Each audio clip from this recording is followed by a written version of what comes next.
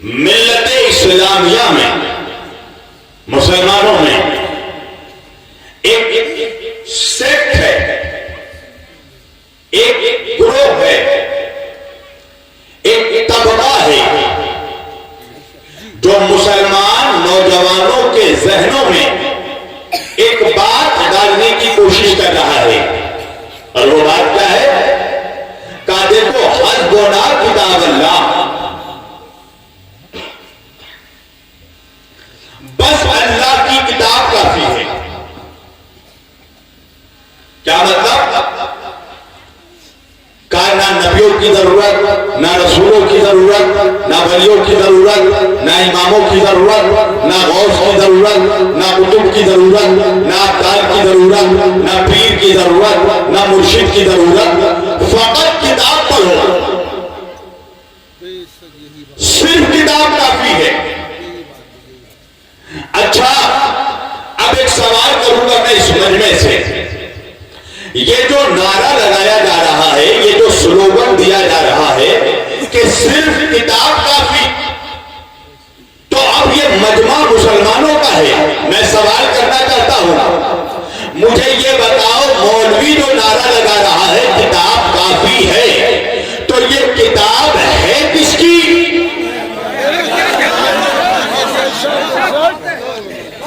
तो हर मुसलमान ये जवाब देगा कि मौलाना किताब अल्लाह की है। भाई किसकी किताब है? अच्छा, अब मैं सवाल करता जा रहा हूं, आप जवाब देते जाना। किताब किसकी? कुरान किसका? तौरात किसने भेजा? ज़बूर किसने भेजा? इंजील किसने उतारा? कुरान किसने भेजा? नबियों को किसने भेजा? रसूलों को किसने भेजा? वलियों को किसने भेजा? इमामों को किसने भेजा? गौस को किसने भेजा? कुतुब को किसने भेजा? अब्दाल को किसने भेजा? अच्छा, नमाज किसके लिए पढ़ते हो? रोजा किसके लिए रखते हो? हज किसके लिए करते हो? ज़कात किसकी राह में देते हो? अच्छा, दुनिया किसने बनाई? जमीन किसने बनाई? आसमान किसने बनाया? चांद को चांदनी किसने दी? सूरज को रोशनी किसने दी? मूसा को हैबत किसने दी? आदम को इल्म किसने दिया? नूह को तकवा किसने दिया? यूसुफ को जमाल किसने दिया? रसूल को कमाल किसने दिया? भाई पूरी तवज्जो। तो दुनिया का 1 अरब 80 करोड़ मुसलमान मिलकर मुझे जवाब देगा, मौलाना जमीन अल्लाह ने बनाई, आसमान अल्लाह ने बनाया, चांद अल्लाह ने बनाए, सितारे अल्लाह ने बनाए, नबियों को अल्लाह ने भेजा, रसूलों को अल्लाह ने भेजा, वलियों को अल्लाह ने भेजा, इमामों को अल्लाह ने भेजा, गौस को अल्लाह ने भेजा, कुतुब को अल्लाह ने भेजा, अब्दालों को अल्लाह ने भेजा। मैंने कहा बात समझ में आ गई और बात तमाम हो गई कि भाई दीन अल्लाह का, शरीयत अल्लाह की, काबा अल्लाह का, इबादत अल्लाह की, सब कुछ अल्लाह का है। तो फिर ये बात भी मानना पड़ेगी कि जब सब कुछ अल्लाह का है तो बात भी अल्लाह की चलेगी, मुल्ला की नहीं चलेगी।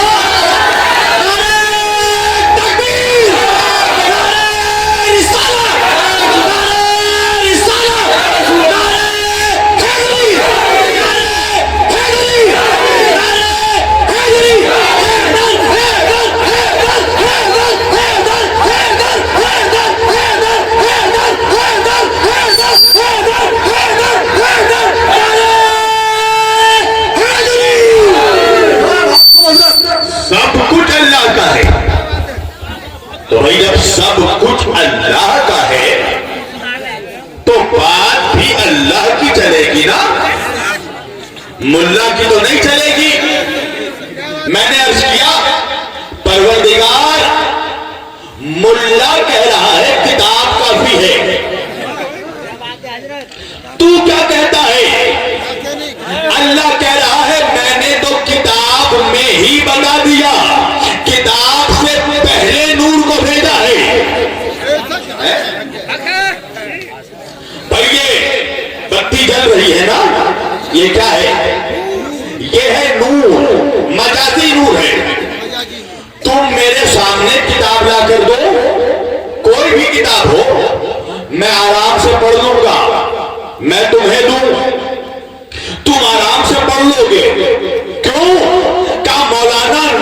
जो रोशन है, तवज्जो, नूर रोशन है, नूर सामने है, तो किताब आराम से पढ़ी जा सकती है। पर अगर इस बत्तियों को बुझा दो, इलाका अंधेरा कर दो और कोई भी किताब लाकर मैं तुम्हें दूं, पढ़ पाओगे? नहीं पढ़ पाओगे। अरे अब तक नहीं समझा, बगैर नूर के जब बंदों की किताब नहीं पढ़ सकता तो अल्लाह की किताब क्या पढ़ेगा?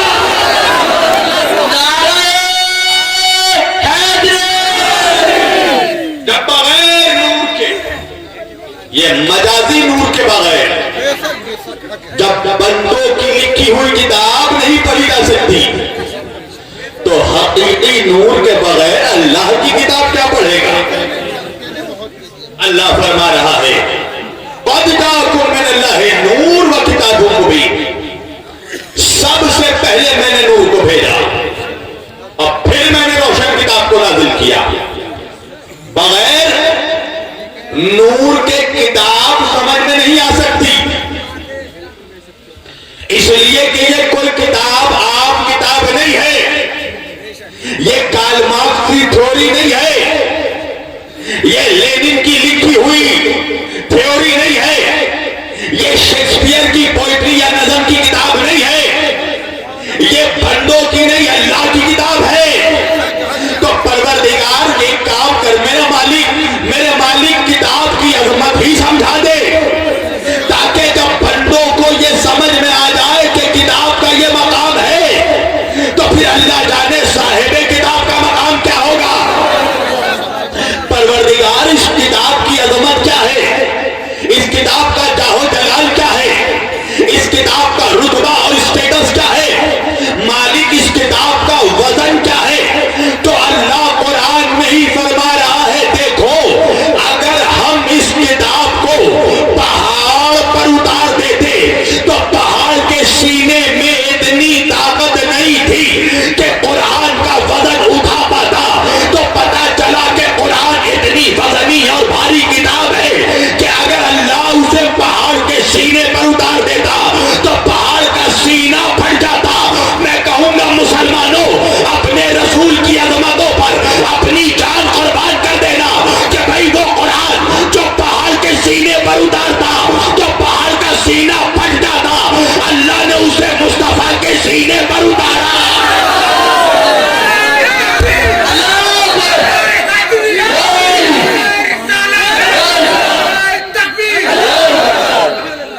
अल्लाह ने उसे मेरे नबी के सीने पर उतारा।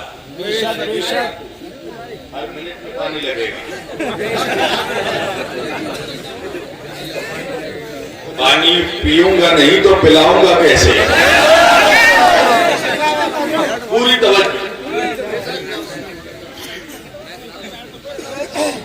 कहा मैंने पहले नूर को भेजा है, तो वो कुरान जो पहाड़ के सीने पर उतरता तो पहाड़ का सीना फाड़ डालता। अल्लाह ने उस कुरान को सीने मुस्तफा पर उठाया। पूरी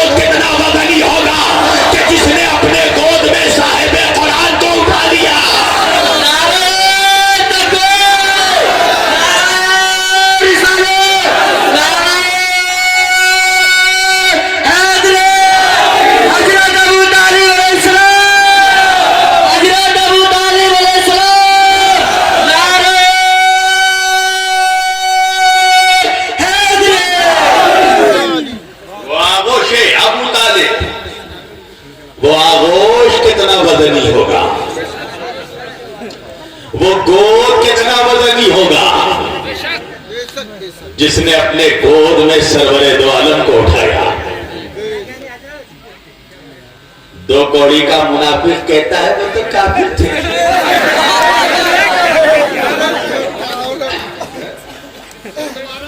तू बड़ा मुसलमान है बे। वो जो अपने गोद में रसूल अल्लाह को उठाए, नाऊज़ु बिल्लाह, वो काफिर। मूसा अलैहिस्सलाम, मैंने एक बयान मेरा है, उस पे किसी मुनाफिक ने कमेंट लिखा, हजरत अबू तालिब के फजाइल पे मेरी तस्वीर थी, उस पे कमेंट लिखा कि क्या कमाल है अगर हजरत अबू तालिब के घर में रसूल पले। मूसा अलैहिस्सलाम भी तो फिरौन के महल में पले। पूरी तवज्जो, आप देखिए सवाल, देखिए ये इस तरह से सवाल करते हैं, इनको लगता है कि जैसे कोई जवाब नहीं दे पाएगा। इन मनहूसों को पता ही नहीं है कि अभी यजीदी कारखाने में कोई ऐसा सवाल नहीं बना जिसका जवाब हुसैनी ना दे सके। मैंने कहा तू सही कह रहा है मौलवी कि हजरत मूसा अलैहिस्सलाम फिरौन के महल में पले, मगर याद रखना मूसा फिरौन के महल में पले, फिरौन के गोद में नहीं पले। अल्लाह ने मूसा के महल में भी, अल्लाह ने फिरौन के महल में भी अपने नबी की परवरिश का इंतजाम किया। और बीबी आसिया जो कि मोमिना थी, कुरान ने उन्हें साहिब ईमान लिखा है, बीबी आसिया के गोद में हजरत मूसा अलैहिस्सलाम पले, हजरत मूसा अलैहिस्सलाम परवरिश पाए। जहां तक तारीख के जुमले हैं कि फिरौन ने एक मर्तबा चाहा कि मूसा अलैहिस्सलाम को अपने गोद में ले। जैसे ही फिरौन ने मूसा अलैहिस्सलाम को अपने गोद में लेना चाहा, तारीख में लिखा कि मूसा ने बचपने में ही फिरौन के चेहरे पर ऐसा तमाचा मारा कि फिरौन का चेहरा घूम गया। मैंने कहा जी मौलवी है, अरे मूसा जैसा नबी एक लम्हे को काफिर के गोद में नहीं आ सकता, तो वो नबी कि जिसके सदमे में मूसा को नबूवत मिली, वो मुस्तफा 40 साल तक जिस गोद में पले, वो काफिर कैसे हो सकता?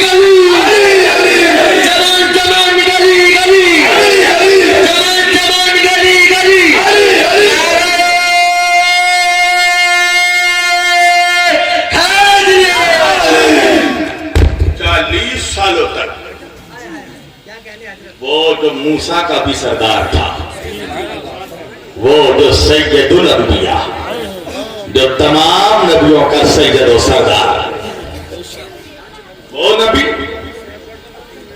काफिर के गोद में पले। आपको पता है, एक जुमला अर्ज करो, ये जो लोग हजरत अबू तालिब को काफिर कहते हैं ना, ये हजरत अबू तालिब की तौहीन नहीं करते, ये अल्लाह की तौहीन करते हैं। आप पूछेंगे मौलाना वो कैसे? वो इस तरह के अल्लाह का हबीब है मेरा नबी। क्या नाऊज़ु बिल्लाह, अल्लाह ने मेरे नबी के परवरिश का इंतजाम नहीं किया कि मेरे नबी को नाऊज़ु बिल्लाह एक काफिर के घर भेज दिया है? क्या अल्लाह नाऊज़ु बिल्लाह वो जो इन्नका अला कुल्लि शैइन कदीर है, उसके पास इतनी कुदरत भी नहीं थी कि अपने नबी को किसी साहिब ईमान के घर बुलवाए।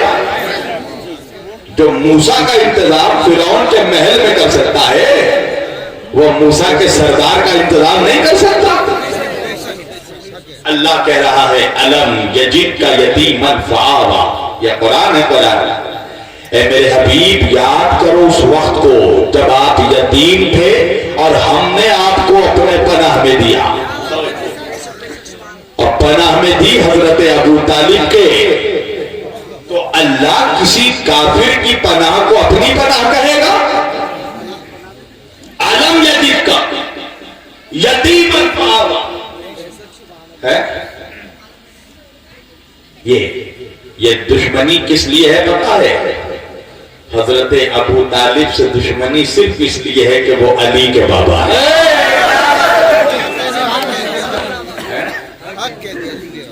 किसी और के बाप पे कभी तहकीक नहीं होती, किसी और के बाप के बारे में नहीं पूछा जाता। ये सिर्फ अली के बाबा के पीछे क्यों पड़े हो? दुश्मनी कुछ और है। तवज्जो। मेरे शहर में एक शादी थी, एक निकाह था मुफ्ती साहब के बेटे का। मुफ्ती साहब ने मुझसे कहा कि मौलाना शबीर साहब, मेरी ख्वाहिश है कि मेरे बेटे का निकाह आप पढ़ें। मैंने कहा क़िबला देखिए, मैं खाना बदोश आदमी हूं, अपने शहर में बहुत कम रहता हूं, अगर रहा तो पढ़ूंगा। अब तारीख आ गई, कितनी तारीख है आज भाई? 2 मार्च है ना? 2 मार्च की तारीख आ गई, उनके बेटे के निकाह का वक्त आ गया। मुफ्ती साहब ने मुझे फोन किया, शबीर वासी साहब आइए। किस लिए? अरे मेरे बेटे का निकाह पढ़ना है। मैंने कहा मौलाना, मैं तो शहर में नहीं हूं, किसी और से निकाह पढ़वा लो। मैं तो यहां संभल में जिक्र अली पढ़ने आया हूं। निकाह पढ़ने वाले तो बहुत हैं, अली अली करने वाले कम हैं। इसलिए कि ये तो तारीख है ना, यजीदी ज्यादा है, हुसैनी कम है, तो किसी और से पढ़वा लीजिए। अब मुफ्ती साहब कहने लगे अब इतनी जल्दी में मैं काजी कहां से तलाश करूं? मैंने कहा परेशान ना हो, काजी का इंतजाम मैं ही कर दूंगा। आप शादी हॉल के बाहर खड़े रहिए, मैं भेजता हूं काजी को। आप मुफ्ती साहब खड़े हो गए शादी हॉल के बाहर। मेरी गाड़ी पहुंची, मुफ्ती साहब ने सोचा कि शायद काजी आए होंगे। जैसे ही गाड़ी का दरवाजा खुला, अंदर से निकले स्वामी अग्निवेश। मुफ्ती साहब ने कहा किस लिए आए हो? का शबीर वारसी साहब ने आपके बेटे का निकाह पढ़ने मुझे भेजा है। अब मुफ्ती साहब को गुस्सा आया, मुझे फोन किया, शबीर साहब ये कैसा मजाक कर रहे हैं आप? मैंने कहा क्या हो गया? कहा मेरे बेटे का निकाह पढ़ने के लिए आपने एक स्वामी को भेजा, आपने एक काफिर को भेजा। मैंने कहा पढ़वा ले, मुफ्ती सुन्नते रसूल है। क्या मतलब? मैंने कहा तू 2 कौड़ी का मुफ्ती, तेरे बेटे का निकाह कोई काफिर नहीं पढ़ सकता, और तू जिस रसूल का कलमा पढ़कर मुफ्ती बना, उस रसूल का निकाह जिस अबू तालिब ने पढ़ा, वो काफिर कैसे हो सकता है? हजरत अबू तालिब अलैहिस्सलाम, हजरत अबू तालिब अलैहिस्सलाम, जमान जमान गली गली, जमान जमान गली गली, जमान जमान गली गली।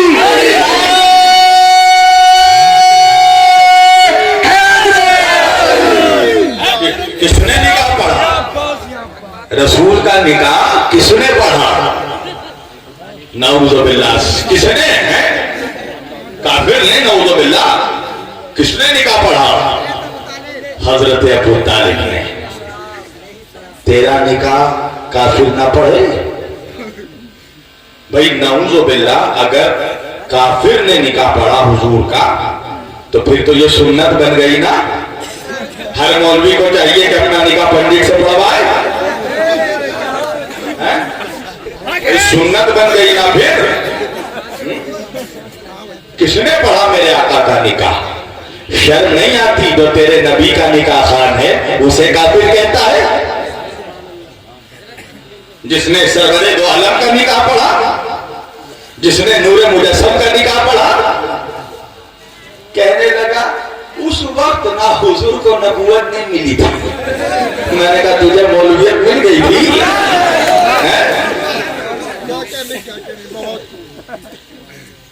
हदीस मौजूद कि मेरे नबी ने फरमाया कुन तो नबी आदमो बैनल माए वत्तीन, मैं उस वक्त भी नबी था जब आदम मिट्टी और पानी के दरमियान थे। नबी तो उस वक्त से नबी है जब तेरा बाप आदम नहीं पैदा हुआ था, जब हमारे बाबा आदम अलैहिस्सलाम नहीं पैदा हुए थे, उस वक्त भी हमारे आका नबी थे। तो फिर मानना पड़ेगा ना कि अबू तालिब ने अपने भतीजे का निकाह नहीं पढ़ा, अल्लाह के रसूल का निकाह पढ़ा।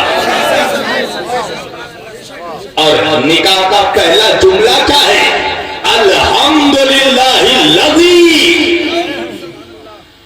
तमाम तारीफें हैं उस अल्लाह के लिए जिसने हमें नस्ल इब्राहीम में पैदा किया और ज़ुर्रियत इस्माइल में पैदा किया। ये दुनिया का अजीब काफिर है कि काफिर भी है और अल्लाह की तारीफ भी कर रहा है। काफिर कभी अल्लाह की तारीफ करता है? अच्छा ये बताओ, यहाँ तुम सबों का निकाह हो चुका है? नहीं ना? देखो मेरे नौजवान सब मुस्कुरा रहे हैं। चलो मैं दुआ करता हूँ अल्लाह से अगले साल तक तुम सबों का जो बालिग होगा सबका निकाह होगा। अब तो बोलोगे ना तुम मेरे बाद, तुम्हारे मतलब की दुआ की है मैंने, पूरी तवज्जो। अच्छा निकाह सबका हुआ नहीं है मगर निकाह होते देखा तो है। तुमने देखा होगा कि निकाह जब होता है तो निकाह का एक रिवाज है। रिवाज क्या है? जब काजी साहब निकाह पढ़ने आते हैं तो पहले दूल्हे राजा का सेहरा उठाते हैं और उठाकर नौशा मियां को कहते हैं दूल्हे राजा मेरी जान जरा कलमा पढ़कर सुना है। तो नौशा मियां दूल्हे राजा कलमा पढ़ते हैं, ला इलाहा इल्लल्लाह मुहम्मदुर रसूलुल्लाह सल्लल्लाहु अलैहि वसल्लम। मैंने पूछा काजी साहब ये दूल्हे मियां से निकाह क्यों पढ़वा रहे हो, कलमा क्यों पढ़वा रहे हो?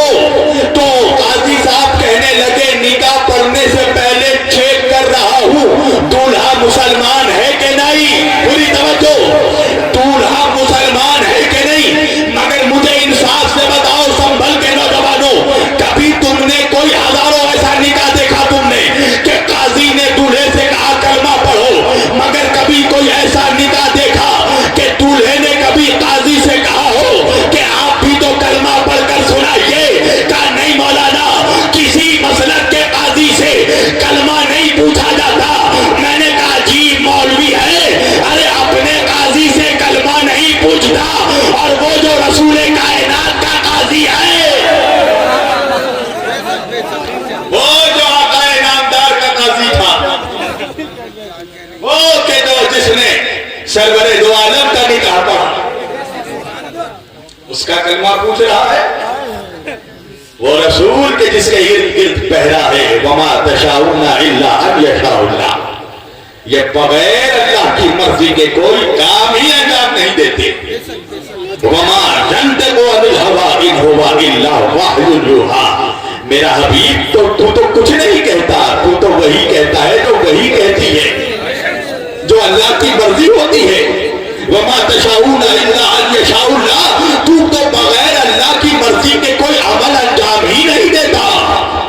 तो अगर हजरत अबू तालिब नऊज़ बिल्लाह काफिर होते तो जब निकाह पढ़ने आए नबी करीम का तो अल्लाह को हुक्म देना चाहिए था कि मेरे हबीब किसी काफिर से निकाह मत पढ़वाओ, इसलिए कि तुम्हारा अमल उम्मत के लिए सुन्नत है। अगर तुमने पढ़वाया तो हर मुसलमान को काफिर से निकाह पढ़वाना पड़ेगा। कोई ऑर्डर आया, कोई हुक्म आया? कोई हुक्म नहीं आया। तवज्जो, वो जो मेरे रसूल का निकाह पढ़ रहा है, जाहिर कहता है उस वक्त नबी नहीं बने थे। अच्छा नहीं बने थे तो नबी बनने के बाद नऊजुबिल्लाह का दोबारा निकाह पढ़वाया? बताओ। 25 साल में हुजूर का निकाह हुआ ना, अब तुम्हारे मुताबिक 40 साल में नबी बने तो फिर 40 साल के बाद दोबारा रिपीट करवाना चाहिए था कि नहीं? आज अगर कोई ताजिया देख लेता है तो मौलवी बोलता है कि नहीं निकाह टूट गया, दोबारा निकाह पढ़ो। तो अगर नऊजुबिल्लाह अस्तगफिरुल्लाह हजरत अबू तालिब काफिर होते तो अल्लाह कहता ना हुजूर ए मेरे हबीब दोबारा निकाह पढ़वाओ। और अल्लाह का फजलो करम देखो, क्या मुनाफिकों के चेहरे पर अल्लाह ने तमाचा मारा। तारीख ने लिखा कि मेरे नबी ने 11 से 12 निकाह किया, मगर मैं क्या करूं, ये शान अबू तालिब है कि जो निकाह अबू तालिब ने पढ़ा नस्ले रसूल उसी निकाह से चली।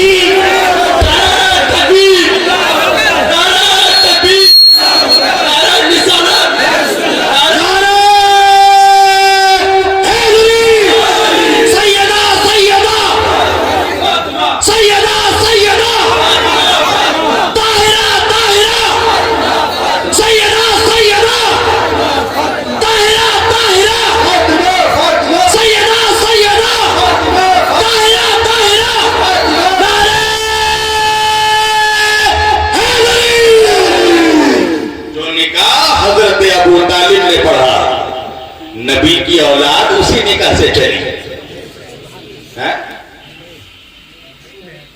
जो है बात आप लोगों को समझ में आ रही है। एक जिसारत वाला जुमला कहूंगा मैं, अल्लाह मेरी इस गलती को माफ करे, इस जिसारत को माफ करे। जो निकाह हजरत अबू तालिब ने पढ़ा नस्ले रसूल उसी निकाह से। अच्छा ये बताओ, एक जिसारत वाला सवाल कर रहा हूं जुमला, ये बताओ अगर निकाह गलत हो जाए तो क्या नस्ल सही हो सकती है? बोलो।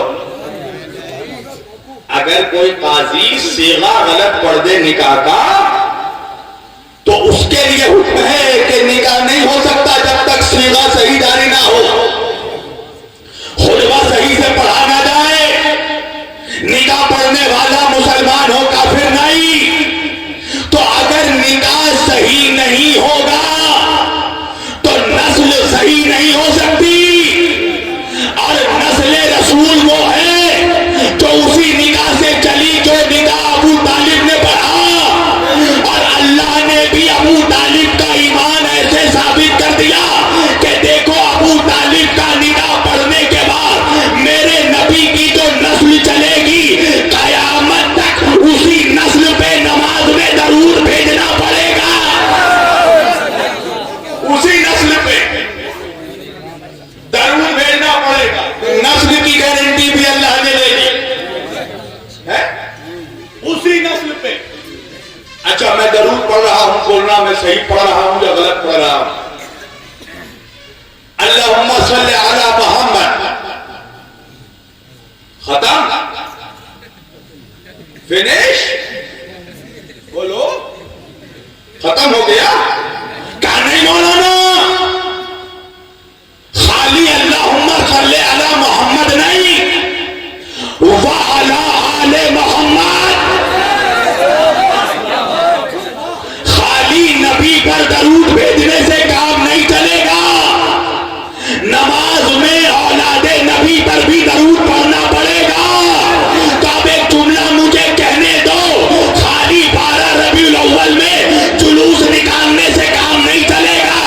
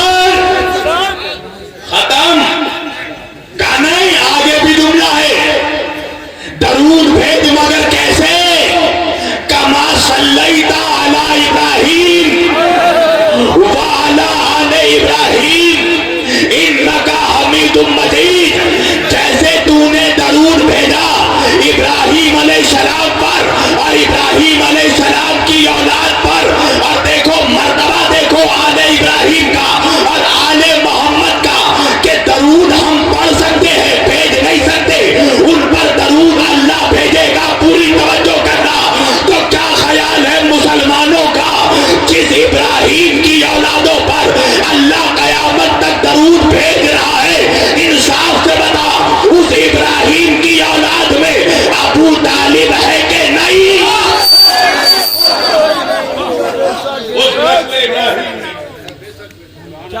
अबू तालिब है कि नहीं है?